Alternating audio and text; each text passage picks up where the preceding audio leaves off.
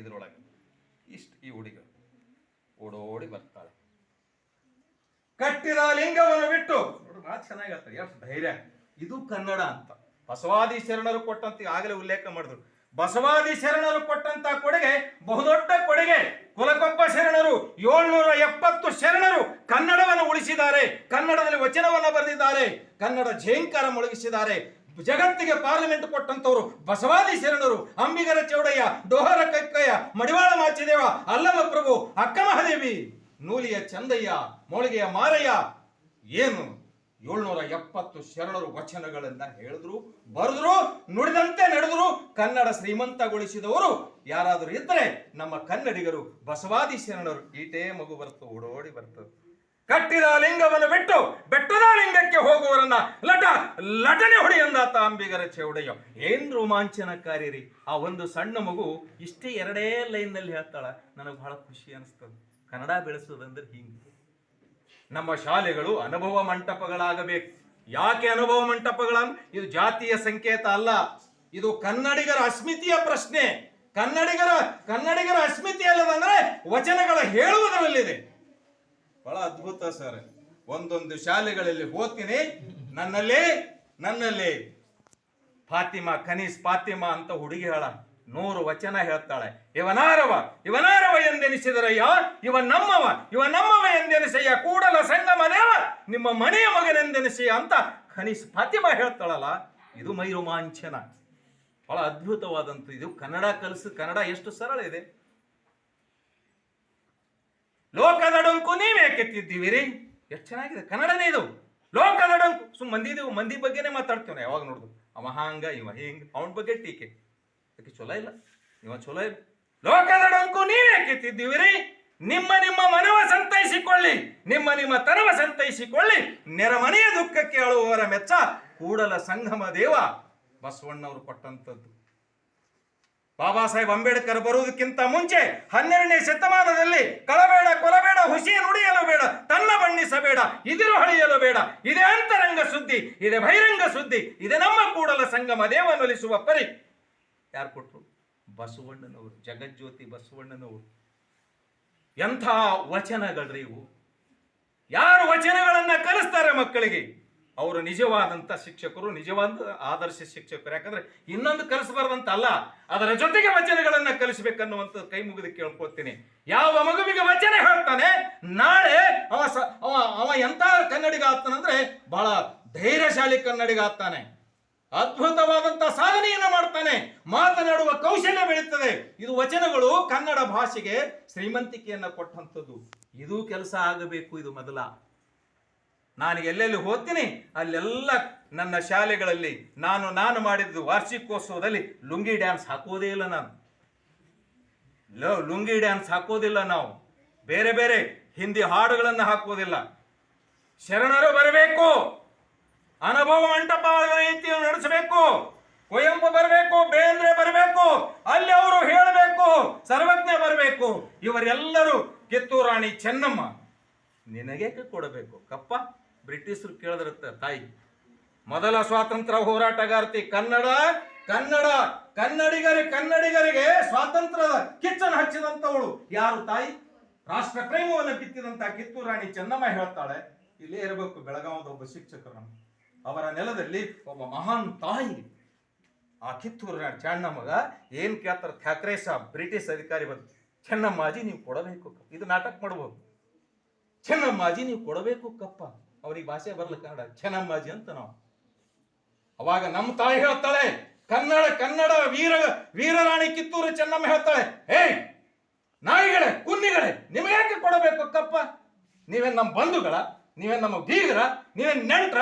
ನಿಮಗ್ಯಾಕೆ ತೆರಿಗೆ ಕೊಡಬೇಕು ಕಪ್ಪ? ಕೊಡಬೇಕು ಕಪ್ಪ ಅಂದ್ರೆ ತೆರಿಗೆ. ನಿಮಗ್ಯಾಕೆ ಕೊಡಬೇಕು ಕಪ್ಪ? ನಾನು ಎಂದಿಗೂ ಕಪ್ಪ ಕೊಡಲ್ಲ. ನೀವೇನು ಬೀಗರಲ್ಲ. ಬೇಕಾದ್ರೆ ಯುದ್ಧವನ್ನು ಎದುರಿಸಿ ನಿಮ್ಮನ್ನ ಇಲ್ಲಿಂದ ಓಡಿಸ್ತೀನಿ ನಾನು ಅಂತ ಹೇಳಿ ಆ ಬ್ರಿಟಿಷರ, ಆ ಸೂರ್ಯ ಮುಳುಗದ ಬ್ರಿಟಿಷ್ ಸಾಮ್ರಾಜ್ಯಕ್ಕೆ ಸವಾಲು ಹಾಕಿದಂತ ಕಿತ್ತೂರು ರಾಣಿ ಚೆನ್ನಮ್ಮನ ನೆಲದಲ್ಲಿ ನಾವು ಹುಟ್ಟಿದೇವಲ್ಲ, ನಾವು ಪುಣ್ಯಶಾಲಿಗಳು ಅಂತ. ಅದಕ್ಕೆ ಹೇಳ್ತೀನಿ, ಓದುವುದರಲ್ಲಿ ಬಹಳ ನೀವು ಆಸಕ್ತಿ ಆಗಬೇಕು. ಮುಂದಾದ್ಮೇಲೆ 10ನೇ ಆದ ಬಳಿಕ PUC ಆದ ಬಳಿಕ ಒಂದು ಮನಿ ಸೇರಿಬಿಡ್ತೀರಿ. ಸಾಧನೆ ಅಲ್ಲದು. ಇವರಂತೂ ಬೇರೆ ಕಡೆ ಸೇರ್ಕೊಂಡು ಬಿಡ್ತಾರೆ, ಏನೂ ಕಲಿಯೋದೆ. ಸರ್ ಬಹಳ ದುಃಖದಿಂದ ಹೇಳಿದ್ರು, ನಿಮ್ಮ ಸಾಧನೆಗಳು ಜನರು ಇಡೀ ಕನ್ನಡಿಗರು ನೋಡಬೇಕು, ಇಡೀ ಭಾರತ ಗಣಪುರದ ಕಡೆ ನೋಡಬೇಕು. ಗಣಪುರ ಅಂದ್ರೆ ಭಕ್ತಿಯ ತಾಣ ಇರುವಂತ ಊರಿದು. ಚಿಂಚೋಳಿ ಅಂದ್ರೆ ಮಿನಿ ಮಲೆನಾಡು. ಶಿವಮೊಗ್ಗ ಇದ್ದಂಗೆ ಕುವೆಂಪು ಅವರಿಗೆ ಆ ರಾಷ್ಟ್ರಕವಿ ರಾಮಾಯಣ ದರ್ಶನಮ್ಮ ಅವೆಲ್ಲ ಪುಸ್ತಕಗಳ ಬರೆಯುವುದಕ್ಕೆ ಪ್ರೇರಣೆ ಕೊಟ್ಟಂಥದ್ದು ಯಾವುದು? ಈ ನಿಸರ್ಗ ಪರಿಸರ. ನನಗಿಲ್ಲ, ನಿಮಗದ. ಗಿಡ ಏನವ, ಕೊಂಚಾವರಂ ಪ್ರದೇಶ, ಚಿಂಚೋಳಿ ಭಾಗ, ಈ ಭಾಗ ಎಲ್ಲಿ ನೋಡಿದ್ರು ಗಿಡಗಳೇ ಗಿಡಗಳು. ಆ ಗಿಡದ ಪರಿಸರದಲ್ಲಿ ಕೂತ್ರೆ ಕವನ ಬರ್ತದೆ. ಈಗಿನ ಹುಡುಗರು ಹೆಂಗ್ ಬರೀತಾವ ಕವನ ಗೊತ್ತು, ಭಾಳ ಚಂದ ಬರೀತಾರ. ಆ ಕಾವ್ಯಕ್ಕೆ ತಳ ಇಲ್ಲ ಬಿಡು. ಅವಳು ಸಿಕ್ಕಳತ್ತ ನೋಡ್ದಳತ್ತ, ಈಗ 3 ಮಕ್ಕಳು. ಇದು ಕಾವ್ಯನ? ನಿಮ್ಮಪ್ಪನ ಬಗ್ಗೆ, ನಿಮ್ಮ ಶಿಕ್ಷಕರ ಬಗ್ಗೆ, ನಿಮ್ಮ ಮುಖ್ಯ ಗುರುಗಳ ಬಗ್ಗೆ, ನಿಮ್ಮ ಶಾಲೆಯ ಬಗ್ಗೆ, ಈ ನಾಡಿನ ಬಗ್ಗೆ, ಈ ಊರಿನ ಬಗ್ಗೆ, ಬಸವ ಬುದ್ಧನ ಬಗ್ಗೆ ಕಾವ್ಯವನ್ನ ಕಟ್ಟಿ ಇನ್ನೊಮ್ಮೆ ತೇಜಸ್ಸು ಬರಬೇಕು. ಬುದ್ಧ ನಿಮ್ಮ ಮನಸ್ಸಿನಲ್ಲಿ ಮೂಡಬೇಕು. ಬಹಳ ಸಲ ನಾವು ಅಂತೇವಿ, ಈ ನೆಲ ಹೆಂಗಿದೆ ಅಂದ್ರೆ, ಯಾರೋ ಉಲ್ಲೇಖ ಮಾಡಿದ್ರು, ಅವರು ಉಲ್ಲೇಖ ಮಾಡಿದ್ರು, ಮೇಡಮ್ ಅವರು ಉಲ್ಲೇಖ ಮಾಡಿದ್ರು, ಕವಿರಾಜ ಮಾರ್ಗ ಕನ್ನಡದ ಮೊಟ್ಟ ಮೊದಲ ಪುಸ್ತಕ ಕೊಟ್ಟಂತವ್ರು ಯಾರು? ಬೆಂಗಳೂರದವರು, ಮೈಸೂರದವರಲ್ಲ. ಯಾರು ಕೊಟ್ರ? ನಾವು ಕೊಟ್ಟೇವೆ. ಕಲಬುರಗಿಯ ಜನ ನಾವು ಕೊಟ್ಟಿದ್ದೇವೆ. ಮಾನ್ಯ ಕೆಟ್ಟದಲ್ಲಿ ನೊಪ್ಪತುಂಗನ ಆಸ್ಥಾನದಲ್ಲಿ, ರಾಷ್ಟ್ರಕೂಟರ ಆಸ್ಥಾನದಲ್ಲಿರುವಂತ ಶ್ರೀ ವಿಜಯರು ಕವಿರಾಜ ಮಾರ್ಗವನ್ನು ಬರೆದರು. ನೋಡ, ನಾ ಸುಮ್ಮನೆ ಅಲ್ಲ, ನನ್ನ ತಂಟೆಗೆ ಬಂದ್ರೆ ಅವರನ್ನು ಹುಟ್ಟಡಗಿಸದೆ ಬಿಡೋದಿಲ್ಲ ಅಂತ ಹೇಳ್ತಾನ. ಕನ್ನಡಿಗರು ಹೆಂಗಾರ ಅಂದ್ರೆ ಅದ್ರಾಗ ಶ್ರೀ ವಿಜಯರು, ನಾ ಸುಮ್ಮನೆ ಅಲ್ಲ, ನನ್ನ ತಂಟೆಗೆ ಬಂದ್ರೆ ನಾ ಬಿಡೋದಿಲ್ಲ ಅಂತ ಕನ್ನಡಿಗರ ಸ್ವಭಾವ ಅಂತ ಯಾರು ಹೇಳಿದ್ರು? ಯಾರು ಹೇಳಿದ್ರು? ಶ್ರೀ ವಿಜಯರು. ಯಾವ ಪುಸ್ತಕದಲ್ಲಿ ಹೇಳಿದ್ರು? ಕವಿರಾಜ ಮಾರ್ಗ. ಒಂದೊಂದು ಶಾಲೆಗೆ ಹೋಗ್ತೀನಿ ಸರ್, ಕವಿರಾಜ ಮಾರ್ಗ ಹೇಳುತ್ತಾ ಬಹಳ ಖುಷಿಲಿಂದ ಹೇಳ್ತಾನೆ. ಬಹಳ ಈ ಶಿಕ್ಷಕ ಬಳಗಕ್ಕೆ ಒಂದ್ಸಲ ಇನ್ನೊಂದ್ಸಲ ಜೋರಾಗಿ ಚಪ್ಪಾಳೆ ಕಲಿಸ್ಕೊಟ್ರಲ್ಲ.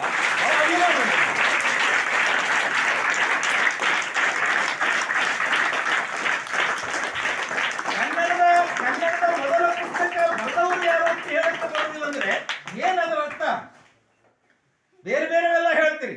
ಅರೇ, ಇದೇ ಪರಿಸರದಲ್ಲಿ ಹುಟ್ಟಿದಂತ ಕಾಗಿಣ ನದಿಯನ್ನ ನೀರು ಕುಡ್ದಂತವ್ರು ನೀವು. ಕಾಗಿಣ ನದಿ ಭೂಮಿ ಒಳಗೆ ಬರ್ತದೆ, ಅದೇ ನದಿ ನೀರೇ. ನೀವು ಅದೇ ನದಿ ನೀರು ಕುಡಿತೀರಿ. ನಿಮಗ್ಯಾಕೆ ಆ ಕಾವ್ಯ ರಚನೆ ಮಾಡ್ಲಿಕ್ಕಾಗಲ್ಲಾಗ್ಯದ? ನನಗ್ಯಾಕೆ ಆಗಲ್ಲಾಗ್ಯದ? ಕವಿರಾಜ ಮಾರ್ಗ ಕೃತಿಕಾರ ಶ್ರೀ ವಿಜಯರು ಹುಟ್ಟಿದ ನೆಲದಲ್ಲಿ ಮತ್ತೊಬ್ಬ ಶ್ರೀ ವಿಜಯ ಹುಟ್ಟುತ್ತಾ ಇಲ್ಲಲ್ಲ. ಅವ್ರು ಏರಿದ ಎತ್ತರಕ್ಕೆ ಹುಟ್ಟುತ್ತಾ ಇಲ್ಲ ಅಂತ ಪೂರ್ತಿನೇ ಇಲ್ಲ ಅಂತಿಲ್ಲ. ಅವ್ರು ಏರಿದ ಎತ್ತರಕ್ಕೆ ಅವರಾದ ಬಳಕೆ ಕುವೆಂಪು ಬೇಂದ್ರೆ ಬಂದ್ರು. ಮೊದಲು ಬರೆದಂಥವ್ರು ಯಾರು? ನಾವೇ ಅಲ್ಲ, ಕಲಬುರಗಿ ಜನನೇ ಅಲ್ಲ, ನಾವೇ ಬರೆದಿದ್ದೇವೆ. ಅದಕ್ಕೆ ಹೇಳ್ತಾರೆ ಅದ್ರೊಳಗೆ, ಕುರಿತು ಓದದೆ ಕಾವ್ಯ ಪ್ರಯೋಗ ಪರಿಣಿತ ಮತಿಗಳು. ಎಂಥ ಜನ ಇದ್ದಾರಂದ್ರೆ, ನೀವು ಮನ್ಯಾಗ ಹೋರಿ, ನಿಮ್ಮ ಅಜ್ಜಿ ಕೇಳಿ ಏನಂತಾಳ ಅಜ್ಜಿ, ಅಜ್ಜಿ ಒಂದು ಹಾಡು ಅಂತ. ಆಕೇನು ಓದ್ಯಾಳ? ನೀವು ಒಂದು ಹಾಡ ಗಟ್ಟಿ ಮಾಡಬೇಕಾದ್ರೆ ಬರ್ಕೊಂಡು ರೆಕಾರ್ಡ್ ಮಾಡ್ಕೊಂಡು ಮಾಡ್ತೀವಿ. ಆಕೆ ಎಂದೂ ಗಟ್ಟಿ ಮಾಡಿಲ್ಲ. ಹಂಗೇ ಅವು ಯಾರು ಬರೆದವ್ರೋ ಗೊತ್ತಿಲ್ಲ. ಜಾನಪದ ಗೀತೆಗಳನ್ನ ತಾಯಿ ಹಾಡ್ತಾಳೆ. ಹಂತಿ ಹಾಡುಗಳು, ಮೊಹರಂ ಪದಗಳು, ಇವೇ ಕನ್ನಡ. ಅವನ್ನು ಉಳಿಸಬೇಕು. ನಿಮ್ಮ ಮನೆಯಲ್ಲಿ ನೀವು ಒಂದು ಕೆಲಸ ಮಾಡಬೇಕು. ನಿಮ್ಮ ಅಜ್ಜಿ ಹೋದ ಬಳಕ ಆ ಹಾಡುಗಳು ಮಾಯ. ಅಜ್ಜಿಯ ಹಾಡುಗಳು ಮಾಯ ಆದಂದ್ರೆ ಕನ್ನಡ ಮಾಯ ಆದಂಗೆ. ಏನ್ ಮಾಯ ಆದಂಗಪ್ಪ? ಕನ್ನಡ ಹೋದಂಗೆ, ಕನ್ನಡ ಭಾಷೆ ಹೋದಂಗೆ. ಆ ಜಾನಪದ ಸಂಸ್ಕೃತಿಯನ್ನು ಉಳಿಸಬೇಕು. ನೀವೇನ್ ಮಾಡಬೇಕು? ಈಗ ಲ್ಯಾಪ್ಟಾಪ್ ಮೊಬೈಲ್ನಾಗ ಅವೆಲ್ಲ ಹಾಡುಗಳನ್ನ ಸಂಗ್ರಹ ಮಾಡಬೇಕು. ಸಂಗ್ರಹ ಮಾಡಿ ಸಂಗ್ರಾಹಕರು ಅಲ್ಲೆಲ್ಲಿ ಹಾಡಬೇಕು. ನೀವು ಇಂಥ ವಾರ್ಷಿಕೋತ್ಸವದಲ್ಲಿ, ಇಂಥ ಕಾರ್ಯಕ್ರಮದಲ್ಲಿ ಹಾಡಬೇಕು. ಬಹಳ ಅದ್ಭುತವಾದಂಥ ಸಾಧನೆ ಮಾಡೋದಕ್ಕೆ ನಿಮಗೆ ಅವಕಾಶ ಇದೆ ಮಕ್ಕಳೇ. ಇಂಜಿನಿಯರ್ ಆದ್ರೆ ಎಂಥವ್ರಾಗಬೇಕು? Sir M ವಿಶ್ವೇಶ್ವರಯ್ಯನಂತವರಾಗಬೇಕು. ಎಂಥ ಅದ್ಭುತ ಕೊಡುಗೆ ಕೊಟ್ರಿ. ಕನ್ನಂಬಾಡಿ ಆಣೆಕಟ್ಟನ್ನು ಕಟ್ಟುವುದರ ಮುಖಾಂತರ ಸಾವಿರಾರು ಹೆಕ್ಟರ್ಸ್ ಜಮೀನುಗಳಿಗೆ ಇವತ್ತು ನೀರು ಉಣಿಸಿದಂಥವ್ರು. ಇವತ್ತಿಗೂ ಅವರ ಹೆಸರು ಅಜರಾಮರವಾಗಿದೆ. ಮೈಸೂರು ಒಡೆಯರು, ರಾಷ್ಟ್ರಕೂಟರು, ಅದಕ್ಕಿಂತ ಮುಂಚೆ ಕಲ್ಯಾಣ ಚಾಲುಕ್ಯರು, ಹೀಗೆ ಕದಂಬರು, ಎಲ್ಲ ಅರಸರುಗಳು ಸಹಿತ ಈ ಕನ್ನಡವನ್ನು ಬೆಳೆಸಿದ್ದಾರೆ, ಕನ್ನಡವನ್ನು ಕಟ್ಟಿದ್ದಾರೆ. ಮೊದಲ ಅರಸ ಮಯೂರ ಶರ್ಮ, ಮೊದಲ ರಾಜಧಾನಿ ನೋಡ್ರಿ ಎಷ್ಟು ಚೆನ್ನಾಗಿ ಕದಂಬರು ಬಹಳ ಕಟ್ಟಿದಂತ ಭದ್ರ ಬುನಾದಿ ನಮ್ಮ ಕನ್ನಡ ಸಂಸ್ಕೃತಿಗೆ ಇದೆ. ನೋಡ, ಬಹಳ ಏನೆಲ್ಲ ನೀವು ಮಾಡಬಹುದು ಅಂತ ಅನ್ನುವುದಕ್ಕೆ ಇವೆಲ್ಲ ನಿದರ್ಶನ ನಮಗೆ. ವಾಸ್ತುಶಿಲ್ಪ ಶೈಲಿ ಮಹಾರಾಷ್ಟ್ರದಲ್ಲಿ